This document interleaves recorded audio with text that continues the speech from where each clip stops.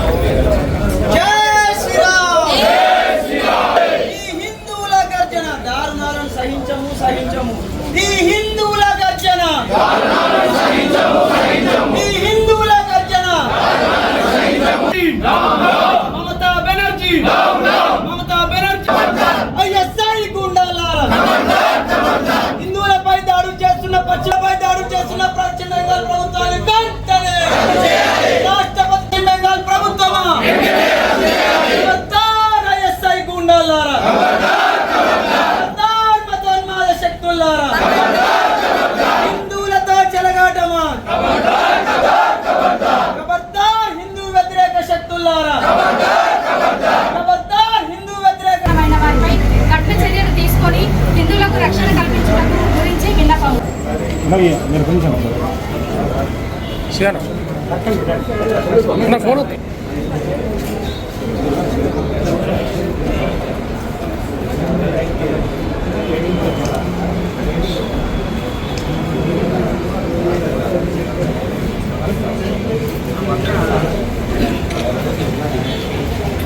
యొక్క ఆదేశం మేరకు పశ్చిమ బెంగాల్లోని ముర్షిదాబాద్, మాల్దా జిల్లాల్లో జరుగుతున్నటువంటి మతోన్మాద శక్తుల యొక్క దుర్మార్గాలు, హింస కారణంగా సుమారు 500 హిందూ కుటుంబాలు అక్కడి నుంచి వలసపోయిన విషయము తెలుసుకున్న తర్వాత హైకోర్టు ఆదేశం మేరకు బెంగాల్ ప్రభుత్వము విచారణ జరిపి నిన్ననే హైకోర్టులో ఒక నివేదికనిచ్చింది.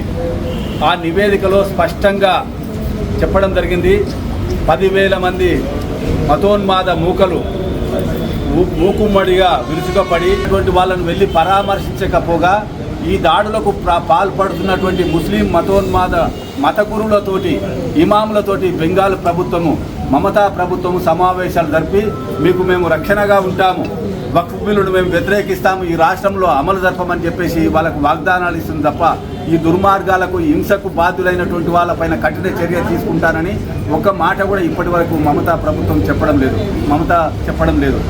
హైకోర్టుకు ఈరోజు సమర్పించిన నివేదిక ఆధారంగా రాష్ట్ర ప్రభుత్వాన్ని బర్తరఫ్ చేయవలసిందిగా స్పష్టంగా రాష్ట్ర ప్రభుత్వం యొక్క అసమర్థత కారణంగా, రాష్ట్ర ప్రభుత్వం యొక్క అల్పసంఖ్యాక వర్గాలను బుజ్జగింపు కారణంగా పోలీసులు కూడా, అక్కడ ఉన్నటువంటి రాష్ట్ర పోలీసులు కూడా సమర్థవంతంగా కఠిన చర్యలు తీసుకోలేకపోతున్నారు. ఎందుకంటే ప్రభుత్వం యొక్క నిర్లక్ష్య వైఖరి, ప్రభుత్వం యొక్క సంతృప్తీకరణ విధానం కారణంగా పోలీసులు కూడా సరైనటువంటి చర్యలు తీసుకోవడం లేదు. కాబట్టి ప్రభుత్వము ఆ రాష్ట్ర ప్రభుత్వం హైకోర్టుకు ఇచ్చినటువంటి నివేదిక ఆధారంగా స్పష్టంగా మతోన్మాద శక్తులు హిందువులపైన దాడులు చేశారు. దీన్ని దృష్టిలో పెట్టుకుని వెంటనే రాష్ట్ర ప్రభుత్వాన్ని బర్తరఫ్ చేయవలసిందిగా దేశవ్యాప్తంగా విశ్వ హిందూ పరిషత్ ఈరోజు కలెక్టర్ల ద్వారా అక్కడ ఉన్నటువంటి ప్రభుత్వ అధికారుల ద్వారా విన్నపాన్ని రాష్ట్రపతికి పంపడం జరుగుతుంది. ఆ విధంగా గోదావరి కనంలో రామగుండం మున్సిపాలిటీలో ఇక్కడ మున్సిపల్ కమిషనర్ గారికి బెంగాల్ ప్రభుత్వాన్ని తక్షణమే రద్దు చేయవలసిందిగా డిమాండ్ చేస్తూ విశ్వ హిందూ పరిషత్ ఇక్కడ ఉన్నటువంటి అనేక హిందూ సంస్థల యొక్క అందరము కలిసి ఈ విధంగా కమిషనర్ గారికి మెమోరాండం సమర్పించడం జరుగుతుంది. జై శ్రీరామ్. కర్నూలు జిల్లా అదోని నియోజకవర్గంలో మల్లికార్జున విశ్వవిద్యాలయంలో ఇవాళ భారతీయ జనతా పార్టీ ఓబీసీ మోర్చా జిల్లా కార్యదర్శి గిరిజావాణి ఆధ్వర్యంలో ఉచిత మెగా వైద్య శిబిరం నిర్వహించడం జరిగింది. అనంతరం మహర్షి విజయ్ కుమార్ మాట్లాడారు.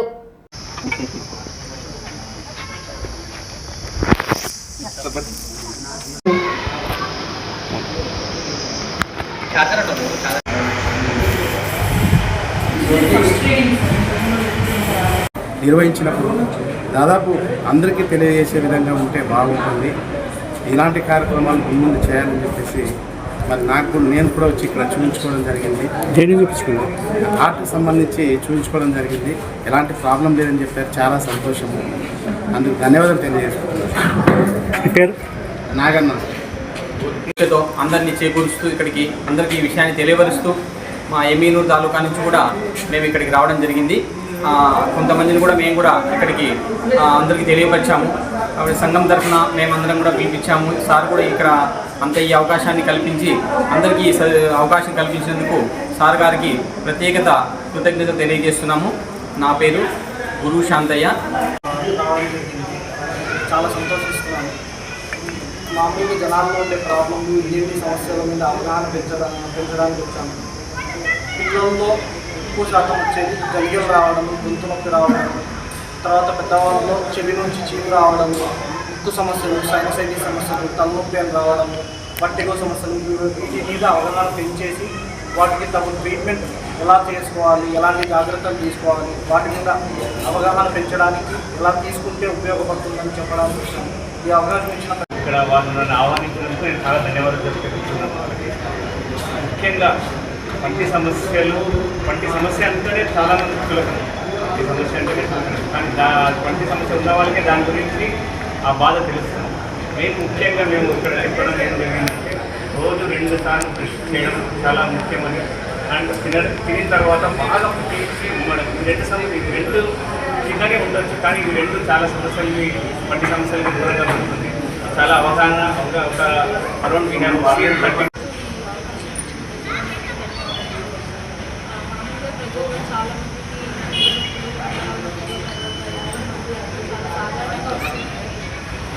వస్తాయి. వాటిని ఏ జాగ్రత్తలు తీసుకోవాలి చాలా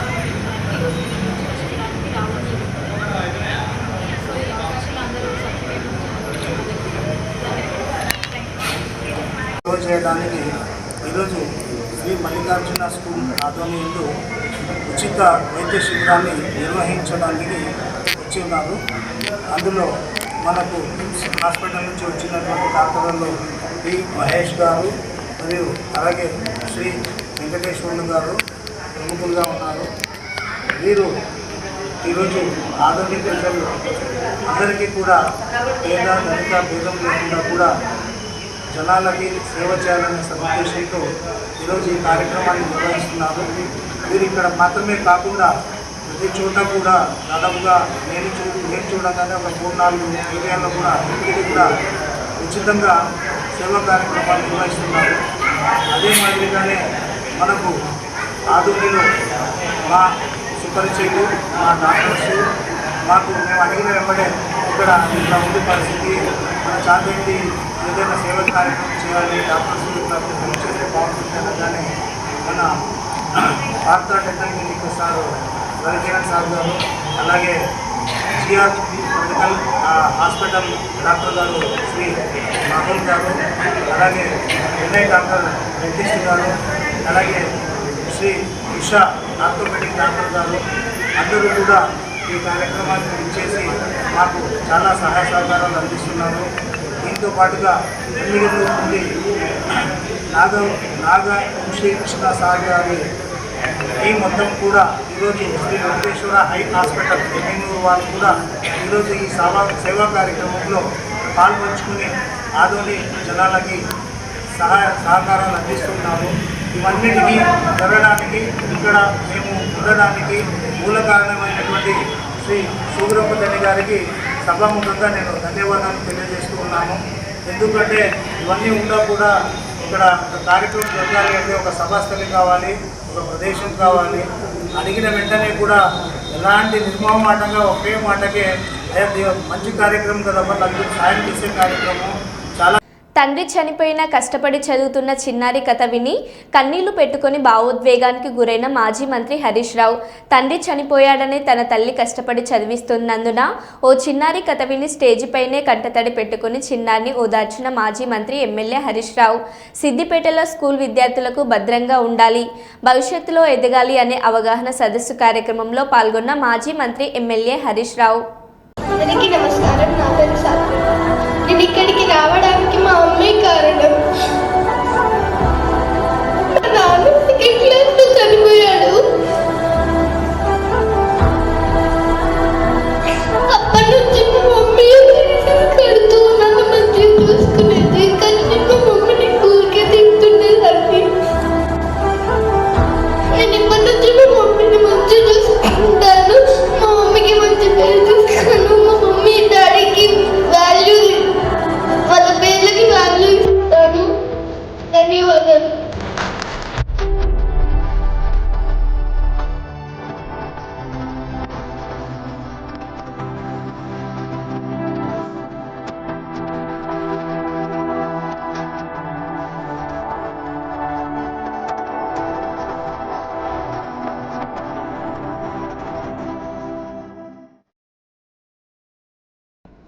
జైపూర్ మండల కేంద్రంలో బీఆర్ఎస్ పార్టీ రథోత్సవ సభ, వరంగల్ సభ యొక్క వాల్ పోస్టర్లు, వాల్ రైటింగ్లు చెన్నూరు మాజీ ఎమ్మెల్యే, ప్రభుత్వ విప్ మరియు మంచిర్యాల జిల్లా టీఆర్ఎస్ పార్టీ అధ్యక్షులు గౌరవశ్రీ బాల్క సుమన్ అన్నగారి ఆదేశాల మేరకు జైపూర్ మండల కేంద్రంలో డాక్టర్ రాజా రమేష్ గారి ఆధ్వర్యంలో ఆవిష్కరించడం జరిగింది.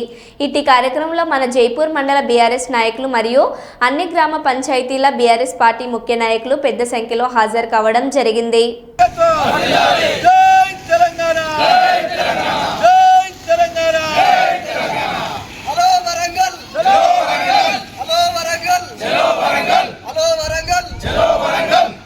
విజయవంతం చేద్దాం, విజయవంతం చేద్దాం, విజయవంతం చేద్దాం, విజయవంతం చేద్దాం, విజయవంతం చేద్దాం, విజయవంతం చేద్దాం. వీరులకు జోహార్, విద్యార్థి అమర వీరులకు జై తెలంగాణ, జై తెలంగాణ. నేడు శుభ శుక్రవారం పురస్కరించుకొని సామర్లకోట పట్నం నందుగల పూనిత అద్భుత ఆంటోని వారి పుణ్యక్షేత్రం ఫాదర్ పీటర్ ఆధ్వర్యంలో శిల్వ ధ్యాన ర్యాలీని ఘనంగా నిర్వహించారు. సామర్లకోట స్టేషన్ సెంటర్ వద్ద గల రింగ్ సెంటర్ వద్ద యేసుక్రీస్తును శిల్వపై వేయడానికి ఇచ్చిన తీర్పు మొదలుకొని బ్రౌన్పేట సెంటర్ వద్ద యేసుక్రీస్తు వారిని శిల్వపై మేకులు కొట్టిన మరియు శిల్వ యేసుక్రీస్తు వారు మరణించిన సమాధిలో ఉంచినంత వరకు యేసుప్రభు పడిన శ్రమలు ప్రదర్శిస్తూ ఈ యొక్క శిల్వ ధ్యాన ర్యాలీని నిర్వహించారు. ఈ యొక్క శిల్వ ధ్యాన ర్యాలీలో వేల సంఖ్యలో క్రైస్తవులు పాల్గొన్నారు.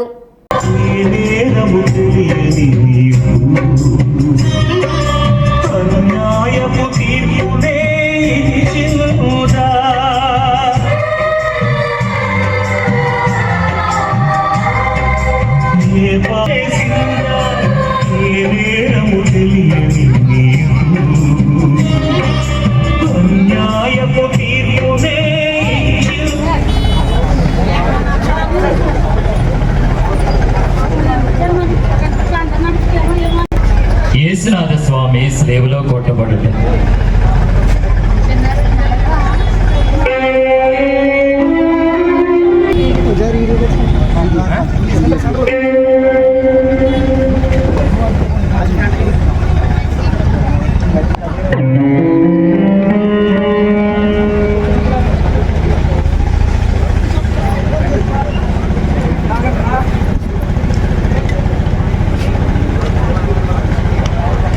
యేసుక్రీస్తు మేము ఆరాధించి మీకు స్తోత్రము చేయుచున్నాము. ఏదైనగా మీ పరిశుద్ధ శిలువ చేత ఈ లోకంలో రక్షించితిరి. యేసునాథుడు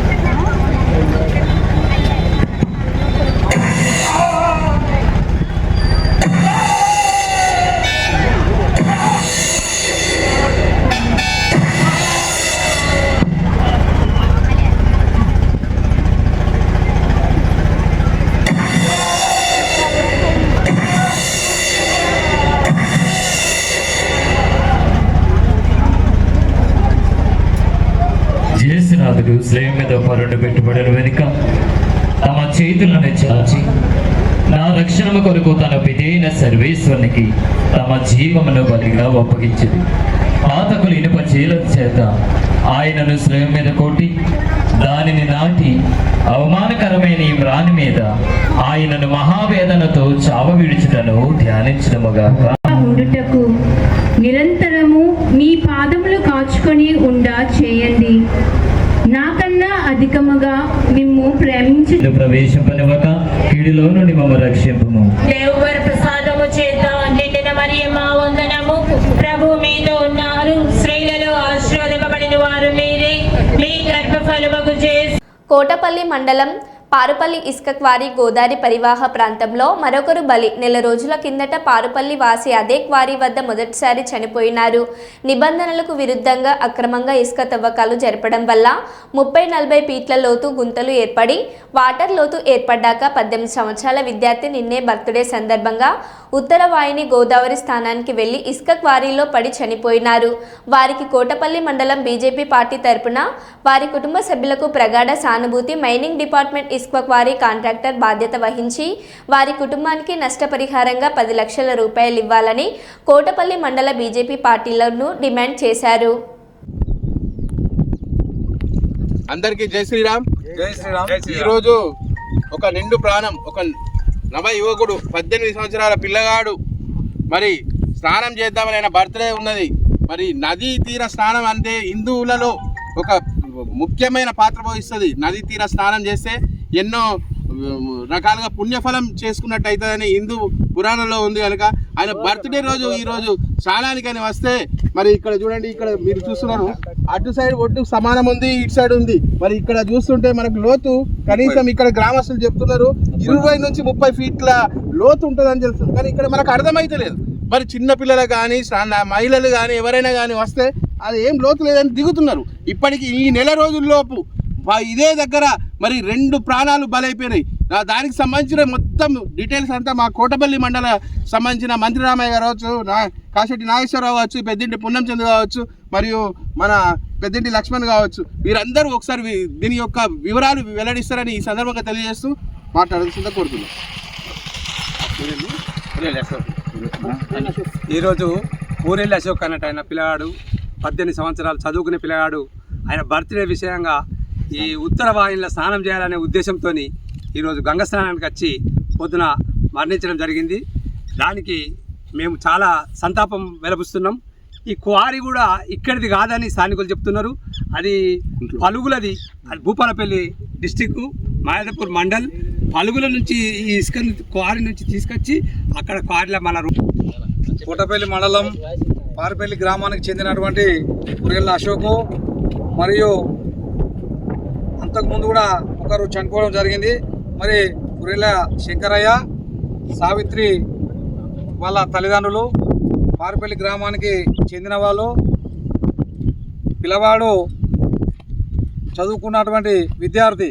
మొన్నటిదాకా ఆంజనేయ మాల ధరించి నిన్నటి రోజు ఆ అబ్బాయిది పుట్టినరోజు కావడం వల్ల కేక్ కట్ చేయడానికి, కొబ్బరికాయ కొట్టడానికి హిందువుల ఆరాధ్య దైవమైనటువంటి ఉత్తర వాహిని స్నానం చేయడానికి వచ్చి ఇక్కడ జేసీబీల సహాయంతో ఒక 35-40 మీటర్ల లోతు తీసినటువంటి ఇసుక మాఫియా కాంట్రాక్టర్ల ద్వారా ఇసుక తీసిన సందర్భంగా ఈరోజు ఒక నిండు ప్రాణం బలి కావాల్సి వచ్చింది.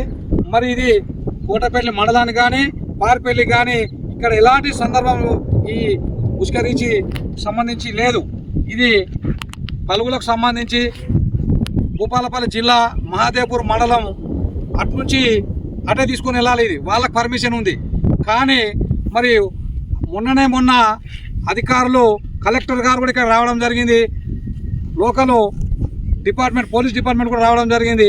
మరి ఇక్కడ చట్టానికి విరుద్ధంగా చట్టవిరుద్ధంగా ఇక్కడ ఇసుక తోడుతున్నటువంటి ఈ కాంట్రాక్టర్ల మీద కానీ మరి ఇక్కడ ఉన్నటువంటి నాయకుల మీద మరి ఈ డిపార్ట్మెంట్ ఎందుకు చర్య తీసుకుంటలేదో మాకు అర్థమైతే లేదు. ఈరోజు పార్పల్లిలో అశోక్ చనిపోవడం జరిగింది ఈ నీళ్ళలో మునిగి. మరి ఆ కుటుంబానికి గవర్నమెంట్ తరఫున స్థానిక ఎమ్మెల్యే అయినటువంటి వారు వివేక్ గారు తక్షణమే ఆ కుటుంబానికి ఒక 50 లక్షల ఎక్స్గ్రేషియా ఇప్పించాల్సిందిగా ఎమ్మెల్యే గారిని మరియు స్థానిక ఎంపీ గారిని మేము డిమాండ్ చేస్తూ ఉన్నాం బీజేపీ పార్టీ తరఫున. ఎందుకంటే ఈరోజు ఎమ్మెల్యే గారు ఏమంటున్నారు, ఉసుక మాఫియాకు నేను పూర్తిగా వ్యతిరేకం అంటున్నాడు. మరి వ్యతిరేకమైనటువంటి ఎమ్మెల్యే గారు వ్యతిరేకం అన్నప్పుడు మరి ఎమ్మెల్యేకు సంబంధం లేకుండా ఇక్కడ ఉసుక రీచులు ఎట్లా నడుస్తూ ఉన్నాయి? మరి మహాదేవ్పూర్ మండలం అయినటువంటి ఆ క్వారీ మరి పార్పల్లి మండలం కోటపల్లి మండలానికి ఎట్లా వస్తూ ఉన్నది?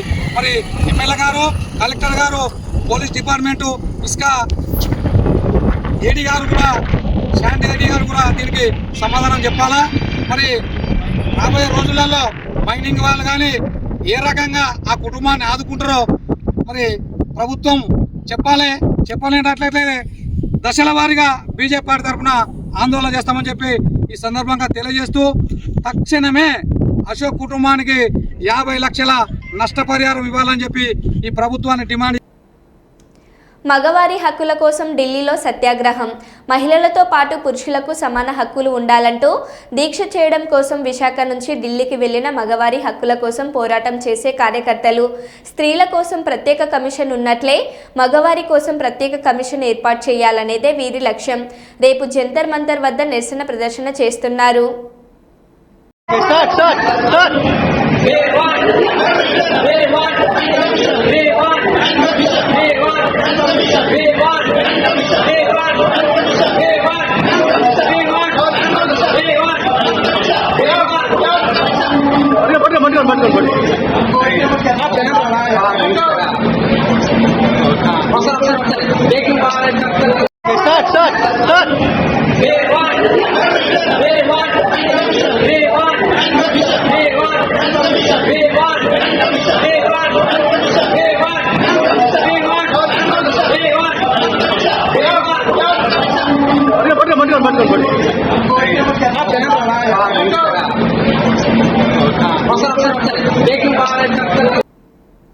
భారత రాష్ట్ర సమితి పార్టీ 25వ రజోత్సవ సభను ఈ నెల 27న ఎల్కతుర్తి మండల కేంద్రంలో నిర్వహించుచున్న నేపథ్యంలో వరంగల్ పశ్చిమ నియోజకవర్గ పరిధిలో శనివారం రోజున 31వ డివిజన్ న్యూ షాయంపేట బస్టాండ్ వద్ద గులాబీ జెండాను ఎగరవేశారు.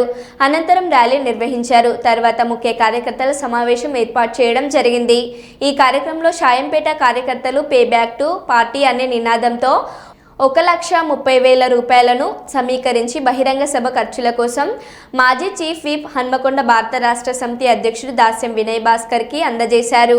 ఈ కార్యక్రమంలో షాయంపేట బీఆర్ఎస్ నాయకులు మాట్లాడుతూ తెలంగాణ తొలి ముఖ్యమంత్రి కేసీఆర్ పాలనలో ప్రతి ఇంటికి సంక్షేమం అందిందని, గత 10 ఏళ్లలో కేసీఆర్ గారు మమ్మల్ని అన్ని రంగాల్లో అభివృద్ధి బాటలో నడిపారని, నాటి నుండి నేటి వరకు కేసీఆర్ వెంటే ఉన్నామని, ఇప్పుడు మేము కేసీఆర్ గారి రుణం తీర్చుకునేందుకు ఏప్రిల్ 27న ఓరుగల్లులో నిర్వహించే బహిరంగ సభకు విరాళం ప్రకటించామని తెలిపారు.